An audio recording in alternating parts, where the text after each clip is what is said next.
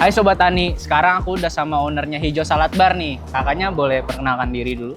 Oke, hai, aku Jaslyn Natania. Aku adalah founder Hijau Salad Bar dan saat ini kita lagi di Setiabudi. Nah Kak, ini tadi aku habis panen sayuran dan kira-kira kalau di sini itu bisa jadi apa aja ya Kak menunya? Oke, ini romaine.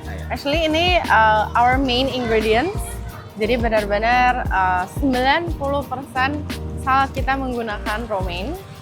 Dan ini apa nih buat kita olah kali ya? Iya, buat diolah. Okay. Halo, ini ada romaine dan ini Reval, kenalin Reval. Jadi nanti dia mau coba bikin satu salad juga. Thank you.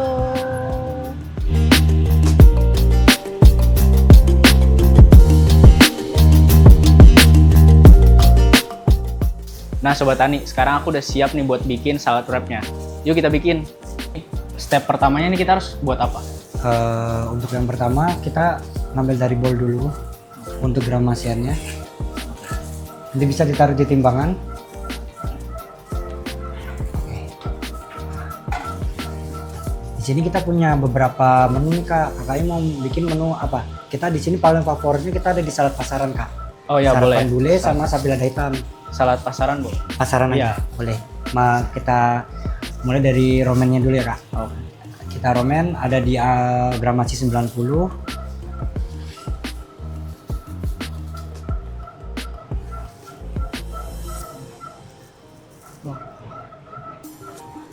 Udah, gini ya? Resetnya gimana? Oke, di set lagi Kak. Boleh, di set 0 lagi. Ini? Iya. Nah, kita juga ada proteinnya di ayam Kak, di ayam panggang. Kita bisa ngasih di angka 40 Kak. 40. Iya.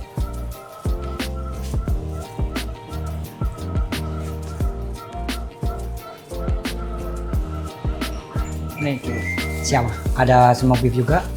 Di angka 7 juga gramasiannya. 7 gram.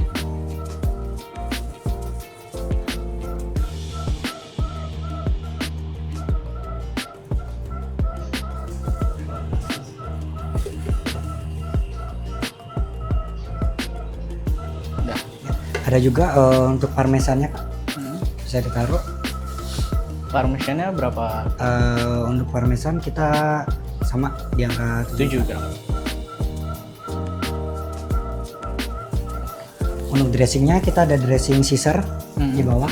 Ini dressing basic yang biasa ada di salad juga, namanya Caesar. Ini langsung dicampur. Boleh, 35 untuk itunya.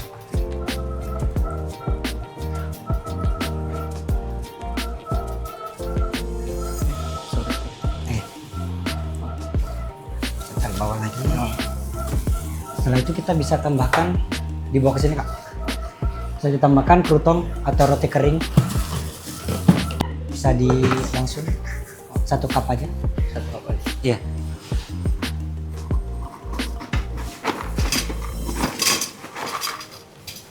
Segini cukup? Oke, boleh Kak. Oke. Setelah itu bisa diaduk Kak.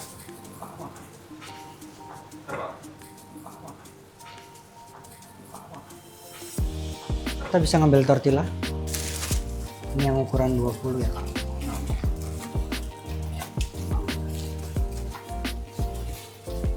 Bisa langsung taruh di sini. Langsung ditaruh aja? Iya, ditaruh di depan aja, nunggu sampai warnanya kecoklatan. Boleh Kak, dibalik langsung.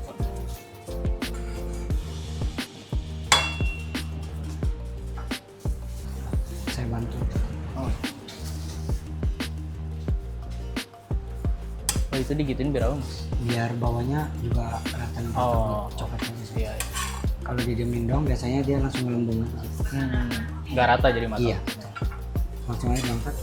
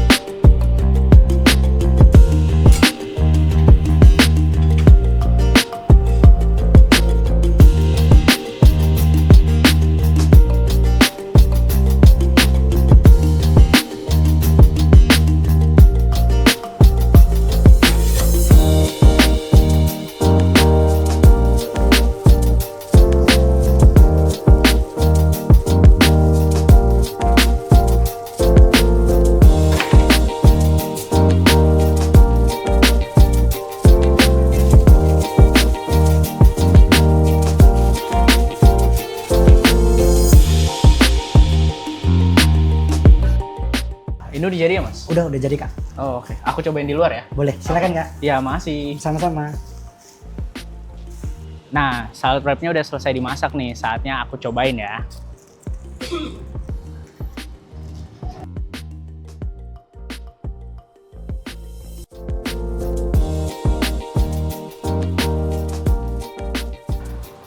Benar sesuai sama kata-katanya Kak Jess, kalau ini kualitasnya the best banget. Dari sayurnya yang masih crunchy, yang artinya kalau ini tuh sayurnya fresh banget. Kejunya juga nggak yang terlalu asin ngeganggu rasa si saladnya.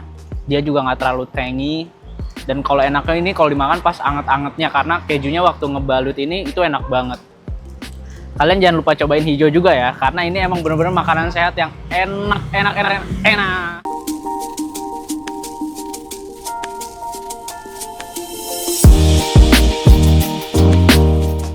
Hai Sobat Tani, sekarang aku sudah sama ownernya Hijau Salad Wrap. Kalau kakaknya boleh bisa memperkenalkan diri. Oke. Hai, aku Jocelyn Natania, founder dari Hijau Salad Bar. Apa nih? Mau nanya apa nih? Oke, jadi yang pertama pertanyaan dari aku sih paling apa sih yang menginspirasi kakak untuk membangun Hijau Salad Wrap ini? Kenapa lebih memilih berbisnis di bidang F&B? Gitu? Oke, sebenarnya nggak direncanakan sih untuk spesifik mau bisnis di bidang F&B gitu. Jadi lebih ke idenya waktu itu lagi dapat ide untuk bikin bisnis barunya di kategori makanan. Jadi aku mulai cobalah di bidang healthy food gitu. Oh. Tapi sebelumnya kakak udah pernah nyoba-nyoba untuk bisnis di bidang F&B nggak sebelum si Hijau Salad ini? Belum pernah, jadi aku Belum. sebelumnya backgroundnya dari interior designer, terus abis itu ada bisnis lain sebelum Hijau, baru abis itu aku ke F&B gitu. Nah dari awal ngebangun si Hijau ini, menurut kakak pernah nggak sih menghadapi tantangan yang paling besar yang menurut kakak pernah alamin? Dan gimana caranya kakak buat ngatasin tantangan itu? Oke, tantangan terbesar mungkin waktu sebagai brandnya belum dikenal ya. Okay. Jadi waktu itu untuk dapat pasarnya perlu pengenalan lebih jauh gitu, lebih effort untuk kenalin brandnya ini siapa gitu. Terus pelan-pelan target marketnya udah ada. Jadi tantangannya selalu beda-beda sih di setiap fase gitu. Oh. Jadi kalau untuk solusinya beda-beda juga setiap masalah, tapi yang terpenting gimana kita mencoba terus sih. Biasanya aku trial errornya banyak. Gitu. Oke. Nah, jadi apa sih yang ngebikin si Hijau ini brand kakak berbeda dari bisnis salad wrap lainnya? Karena kan sekarang makanan sehat tuh lagi hype banget. Nah, apa yang ngebikin Hijau ini jadi berbeda dari kompetitornya? Oke. As Hijau yang udah paling utama tuh produk ya. Jadi the product is very strong, the product is speak for itself.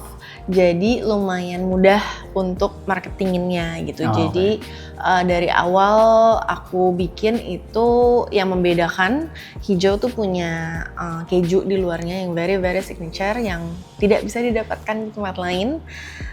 Terus abis itu aku bikin juga option untuk nambah cabai yang dimana mungkin secara konsep kayak orang bingung gitu kayak salad pakai cabai gitu, tapi ternyata sangat diterima sama market dan itu memang ideasnya aku dapat based on market research ya. Jadi sebelumnya tuh udah ada why-nya tuh kenapa aku bikin itu gitu. Oh, okay. Berarti uniqueness-nya si Hijau ini ada dua, yang pertama keju sama si cabenya itu ya? Ada satu lagi, kita lumayan di awal-awal sebelum buka Hijau kita nemuin research bahwa market nih tertarik untuk bikin salad tapi rasanya Indonesia gitu. Jadi waktu itu kita develop banyak menu rasa Indonesia dan sampai sekarang juga masih ada di Hijau gitu. One of our uniqueness di menu juga.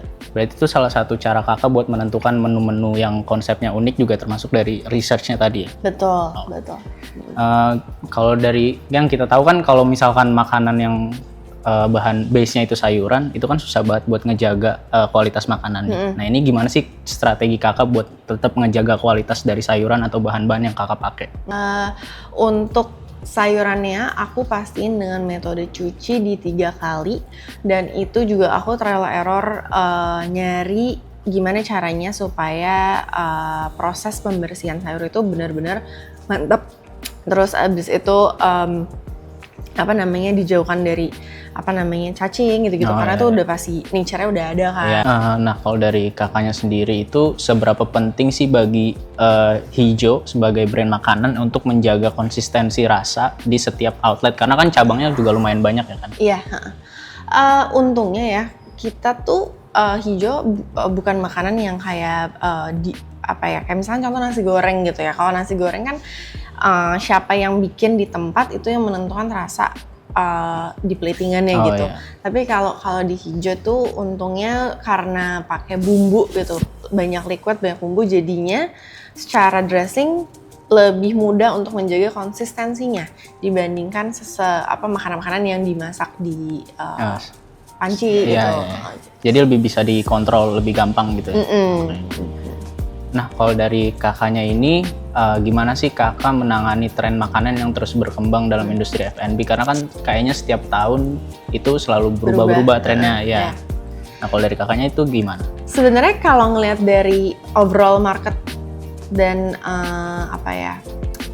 behavior orang Jakarta gitu ya, aku senang banget sih dengan antusiasmenya mereka ngelihat makanan dan semakin mengerti makanan gitu. Dari mulai ngerti enak atau enggaknya, dari mulai ngerti bahan-bahannya, mereka semakin teredukasi dan jadi ada sebuah kompetitif ya, kayak maksudnya kadang-kadang banyak lagi sih, ada yang terpisah, kayak ada juga yang kategorinya tuh agak jadi menggurui, ada juga yang jadi sok tahu, tapi ada banyak juga yang beneran ngerti gitu. Jadi yang aku lihat sebelum-sebelumnya market Indonesia yang tadinya nggak terlalu mengerti sekarang udah menjadi mengerti, which is very good for an F&B industry. Marketnya semakin besar, antusiasnya juga semakin besar gitu kan. Ya kalau buat kita sih plus point deh. Oh ya, jadi biar menu makanan jadi kita lebih variatif gitu, lebih gampang diterima juga. Betul. Nah, kalau dari kakak ini gimana cara kakak menyeimbangkan antara harga bahan baku yang terus kan kayaknya harga bahan baku kan nggak pasti kan, kadang turun, kadang naik. Nah itu gimana hari. Gimana caranya kakak menyeimbangkan harga bahan pokok sama harga jualnya? Kalau di F&B itu harga bahan baku tuh udah kayak komitmen ya gitu. Jadi kita nggak bisa ngubah harga pasar dan harga tiap hari naik turun gitu. Ya harga yang udah kita set ya udah itu harga komitmen untuk customer beli gitu.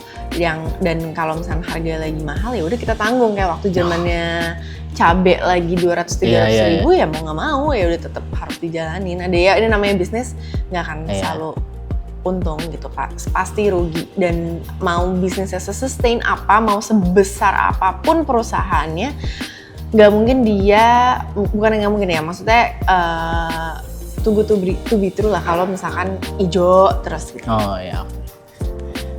Ada campaign khusus nggak yang dilakuin si Hijau ini biar masyarakat lebih kenal, lebih lebih lengket ke hijau gitu? Kalau diperhatiin, sebenarnya marketingnya Hijau tuh selalu based on campaign. Jadi kita selalu punya campaign. Either tiap 2-3 bulan sekali itu pasti ada campaign yang gede.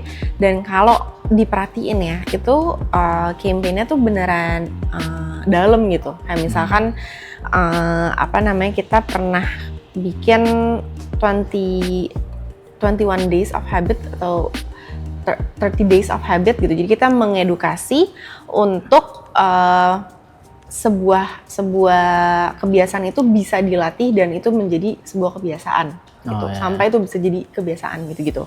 Terus ada juga campaign waktu itu keliling Jakarta. Jadi untuk nge-celebrate Jakarta, kita keliling kota Jakarta untuk jualan dan memperkenalkan hijau gitu. Terus vegan month. Jadi ada vegan month di bulan November. Itu kita bikin campaign vegan dan kita menyajikannya secara konten itu kayak ngetes yang di video nih, tahu nggak nih kira-kira makanannya vegan atau bukan gitu. Jadi benar-benar dalam gitu, nggak cuma kayak oh ya vegan month ada menu vegan, tapi secara konten kita kuantitinya banyak, kita edukasinya juga banyak gitu. Tapi so far dari banyaknya campaign udah dijalani, menurut kakak yang dampaknya paling kerasa tuh campaign yang seperti apa yang dapat respon paling bagus dari customer, dari audience? Dapat respon paling bagus. Iya.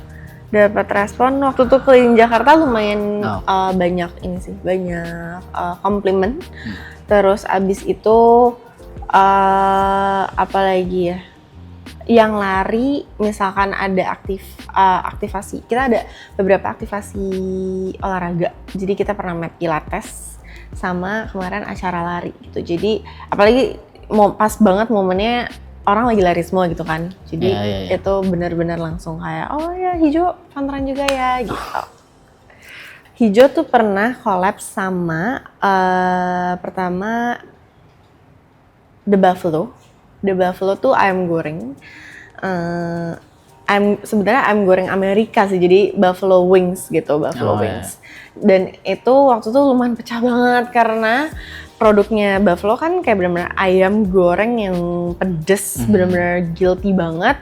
Terus dicampurin sama sayur gitu. Iya. Tapi terus ternyata pas cobain gila enak banget gitu. Dan itu benar-benar kayak semuanya tuh suka banget gitu. Terus waktu itu cuma collab sebentar, 1 bulan, emang eksklusif sebulan apa 2 bulan gitu. Terus aku strictly bilang, udah kalau collab jangan kebanyakan embel-embel diperpanjang gitu. Jadi kayak aku nggak suka lah dengan cara-cara seperti itu. Akhirnya udah close, tapi ternyata masih banyak yang minta. Akhirnya kita relaunch setelah hampir 2 tahun. Itu Buffalo. Abis itu kita pernah juga sama brand keju. Waktu itu aku mikirnya, pas sesama brand keju mungkin oh ya unsurnya udah sama nih gitu kan, Hijau kuat di keju, kolaborasi sama brand keju juga gitu. Tapi kebetulan waktu itu yang kita ajak namanya Rosalie Cheese. Dia adalah artisan cheese dari Bali. Jadi produknya tuh kayak brie goat cheese yang benar-benar very raw, very artisan cheese, yang dimana kita mengalami kesulitan ternyata pas diolah dan dicoba untuk dijadiin produk itu susah banget. Susahnya setengah mati karena benar-benar ya harusnya itu keju ya dimakan langsung aja gitu kan, udah enak tanpa harus diolah gitu. Dan ternyata ya itu setiap kolaborasi pasti akan ada kesulitan digabungkan karena yang masih di dalam produk itu sebisa mungkin maunya pasti dari 2 sisi brand ada DNA-nya di dalam produk itu gitu. Kakaknya sendiri tuh kakak gimana sih ngelihat masa depan industri makanan sehat di Indonesia, khususnya kan dalam kategori salad wrap gitu, kayak gimana ke depannya kira-kira? Ini lebih ke mungkin point of view personal ya. Iya. Aku tidak menjawab sebagai market yang terjadi saat ini. Kalau buat aku pribadi, aku memang pemakan sehat gitu. Aku emang makan sehat dan salah satu kenapa aku bikin Hijau karena dari aku kecil, zaman aku masih sekolah, aku main ke rumah temen gitu. Aku tuh ngelihat behavior teman-teman aku shock gitu karena banyak banget yang nggak even tahu makan yang lebih clean tuh seperti apa. Dan aku bingung gitu kayak mereka bisa makan ayam goreng atau goreng-gorengan atau kayak pedes-pedes yang benar-benar makanannya tuh benar-benar nggak ada edukasi gitu. Sedangkan aku di rumah tuh benar-benar diedukasi sama ibuku untuk oh ya makanan raw food tuh gini karena udah terbiasa. Jadi aku lebih kayak apa ya, ada empati gitu kali ya. Kayak kok lu nggak tahu sih gitu apa yang baik buat tubuh lo gitu. Kayak menurut aku sayang banget buat kita tuh masih muda, lagi enak-enaknya metabolismenya, lo bisa makan apa aja tapi lo tidak menjaga diri sekarang, yang lo akan rasain tuh nanti pas tua gitu. Menurut aku tuh sayang banget gitu dan nanti nyeselnya ya ini tuh apa ya common, tapi kalau kamu resapin kayak kenapa gitu lo bisa ngelatih dari kecil dan itu tuh buat aku makan itu tuh bisa dilatih. Jadi apapun yang kamu nggak suka, makanan yang kamu nggak suka, kalau kamu coba misalnya 5 kali melawan ketidaksukaan kamu itu, kamu tuh bisa lama-lama jadi terbiasa lidahnya dan kamu bisa jadi suka gitu. Jadi aku tuh ke makanan dalam banget gitu loh. Dan untuk menjawab pertanyaan tadi, buat aku melihat sih aku pingin banget menjadikan hijau sebagai pioneer healthy food yang bisa nantinya dianggap sebagai fast food chain Oh. gitu. Jadi kalian bisa ngeliat hijau kayak McD, se-easy McD, tapi itu hijau gitu. Ya, mungkin karena sekarang banyak orang masih mikirnya kalau makanan sehat tuh udah pasti nggak enak gitu. Iya. Ada saran nggak bagi orang-orang yang pengen mulai bisnis kuliner khususnya di segmen makanan sehat? Apa ya? Tipsnya adalah makan sehat dulu. Jadi ngerti apa yang baik dan tidak gitu. Karena kalau nggak dari diri kalian sendiri gitu, susah juga ya untuk ngebawanya gitu. Kayak kemarin aku baru ketemu sama another founder F&B juga, cewek juga. Dia bikin es krim vegan based karena dia sakit kanker gitu. Jadi ya kalau di awal dari diri sendiri tuh ngebawanya jadi udah pasti enak gitu. Kayak maksudnya bukan enak secara produk, maksudnya enaknya tuh kayak bener-bener ngerti gitu loh. Dan mau nge-influence ke sekitar dari hati gitu. Oke, thank you Kak Jess atas waktunya sudah mau ditanya-tanya. Semoga visi dari si Salad Wrap ini bisa terus terjalan sehingga bisa merubah stigma orang tentang fast food yang buruk itu bisa diganti dengan makanan sehat. Sukses selalu hijau. Thank you, terima kasih juga. Jangan lupa nyayur yang nikmat dan bikin seimbang. Mantap.